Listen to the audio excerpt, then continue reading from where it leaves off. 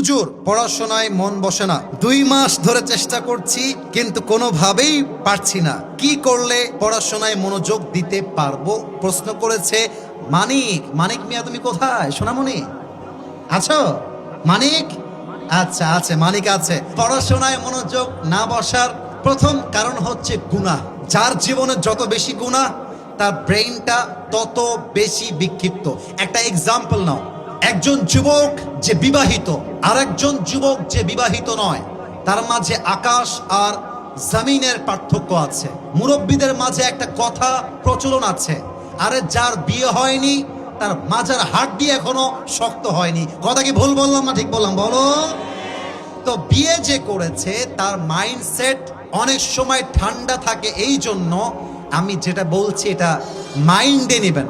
বিবাহিত মানুষের জীবনের যৌবিক চাহিদা মেটাবার জন্য তার হালাল স্ত্রী রয়েছে, বাট তার বিপরীতে একজন যুবক যার বউ নেই, আবারও বলছি I am too serious, I am very serious, আমি সিরিয়াস হয়ে বলছি, আর একজন যুবক যার বউ নেই, তার যৌবিক চাহিদা মেটাবার জন্য তার কাছে হালাল কোনো বউ নেই।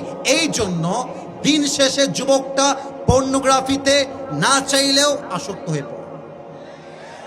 বলেন সবাই কথা ঠিক আছে কিনা বলেন? যুবকটা না চাইলেও রাস্তাঘাটে বেগানা নারীকে 2 চোখ দিয়ে খুলে দেখে ফেলে, এটা না চাইলেও হয়ে যায়, ঠিক কিনা বলেন? এখন দেখেন প্রভাবটা কোথায় পড়ে। এই চোখের গোনা ব্রেনকে হালকা করে দেয়, এটা হাদিসে আসছে। চোখের গোনা ব্রেনকে অ্যাক্টিভিটিটা কমায় দেয়, ফলে যুবক পড়তে বসে বাট তার মনটা পড়ায় থাকে না। একবার পার্কে, একবার মেসেঞ্জারে, একবার হোয়াটসঅ্যাপে, একবার ফেসবুকে, আর একবার টিকটকে। কথা ঠিক আছে কিনা বলো? তাহলে 1 নাম্বার কারণ পড়াশোনায় মনোযোগী না হওয়া, বিশেষ কারণ গুনাহ করতে থাকা।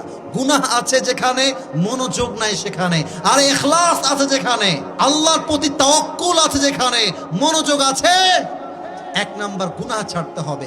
2 নাম্বার কথা, আমার মোবাইল ফোনটা কোথায়? এই আন্ডার জিনিসকে বাদ দিতে হবে। এই জিনিসটা এটা তোমরা মজা করছো বাবুরা, 5 বছর পরে গিয়ে দেখবা পুরো দুনিয়া অন্ধকার হয়ে আছে। আরে পুরো দুনিয়া অন্ধকার হইল কেমনে? কাগজ নিয়ে বসবা, দেখবা বিগত 5 বছরের 4 বছর 5 মাস তুমি খালি ফেসবুকের রিলস আর টিকটক দেখে নষ্ট করে দিয়েছো সারাদিন। আরে মানুষের কাজ কাম নাই, একবার রিলসে বসলে স্ক্রল করছে করছে করছে, কিয়ামত হয়ে যাবে, ও রিলস দেখা শেষ হবে না, ঠিক কিনা বলেন? এই মোবাইল ফোনটাকে 14 মাইল দূরে রাখবা। আমার কথা শোনো, এই প্রশ্ন আসছে বলে আমি আমার কথা একটা বলতে চাই, পারমিশন আছে? অনুমতি আছে আপনাদের? আমি নিজে এই ফোনকে অনেক বেশি ভয় পাই, আমি নিজে ভয় পাই। তা আমি কি করি, আমি আমার ওয়াজের শীট তৈরি করেছি। শীট মানে হচ্ছে কাগজে লিখে লিখে, কোথাও 10 পৃষ্ঠা, কোথাও 5 পৃষ্ঠা, কোথাও 7 পৃষ্ঠা, যেমন ওয়াজ তেমন লেখা তেমন পৃষ্ঠা। আমার একটা ঘাড় ব্যাগ আছে, স্কুলে ঘাড় ব্যাগ থাকে না, ওই ঘাড় ব্যাগ। আমি ফোনটাকে কি করি, আমার বাড়ির কেউ জানে না, এটা ডয়ারে ঢুকাই, তালা মেরে দেই, যেন মন চাইলেও আমি মোবাইলটা না ধরি। এবং আমার চাবিটা এমন জায়গায় রাখি যেখান থেকে বের করাও আর এক প্যারা। বের করতেও মন চাইলে বের করব না, দেখতে চাইলেও দেখব না। আমি কি করি, সোজা খাতা কলম বই এই সমস্ত পৃষ্ঠা নিয়ে সোজা গোরস্থান। কোথায়? গোরস্থান। বলো সবাই কোথায়? গোরস্থানে গিয়ে চুপচাপ বসে বসে পড়ি, কোন আয়াতের কোন তাফসির, কোথায় কোন ব্যাখ্যা, কোথায় কোন ঘটনা, কোথায় কোন হাদিস, কোথায় আয়াত, কোথায় তর্জমা, কোথায় উর্দু কবিতা আছে, এগুলোকে মেমোরাইজ করি, প্র্যাকটিস করি। এখন বলবেন হুজুর আপনি একজন হুজুর হয়ে এত সেন্সিটিভ কেন মোবাইল নিয়ে? প্রিয় ভাইরা আমার, মোবাইল এমন একটা জিনিস, ইমানদারের ইমান নষ্ট করতে একটা মোবাইল এনাফ, ঠিক কিনা বলেন? প্রিয় ভাইরা, যখন পড়তে বসবা মোবাইলের সঙ্গে তোমার কানেকশন একদমই নাই। কেন থাকবে না? আমার কথাটা বোঝার চেষ্টা করো, একটু বোঝেন।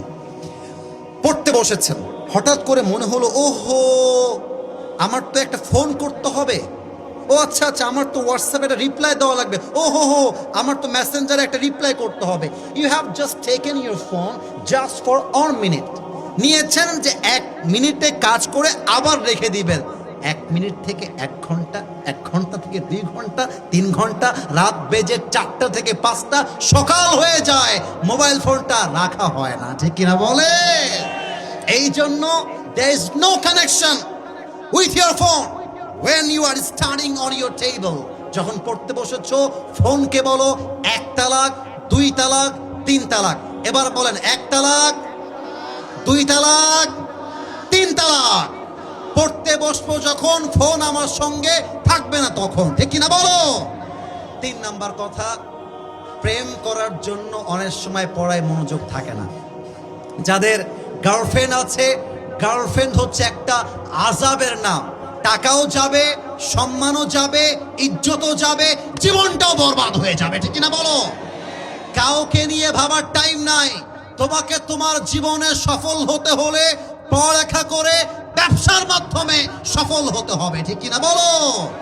এবং একটা দোয়া শিখাই দেই, সবাই পড়েন, রব্বি জিদনি। বামে আওয়াজ পাইনি, রব্বি জিদনি ইলমা। আর একটা দোয়া শিখাই দিই, একদম সহজ দুরূদ শরীফ পড়েন সবাই, আল্লাহুম্মা সাল্লি আলা মুহাম্মদ ওয়া আলা আলি মুহাম্মদ কামা সাল্লাইতা আলা ইব্রাহিম ওয়া আলা আলি ইব্রাহিম ইন্নাকা হামিদুম মাজিদ। একটা গোপন সিক্রেট বলে যায়, গোপন কথা, এটা শুধুমাত্র পড়ায় মনোযোগী হবা তা না। পরীক্ষার হলে বসে গেছো, প্রশ্ন পেয়েছো, উত্তর মাথায় আসছে না, দুরূদ শরীফ পড়বা, দেখবা অটোমেটিকলি একটা সহজ উত্তর তোমার মাথায় আল্লাহ নিজেই দান করবে। মনে করে সবাই। এই জন্য এই কয়েকটা আমল আমরা যেন করতে পারি, আল্লাহ তৌফিক দান করুক। পড়েন সবাই আমিন।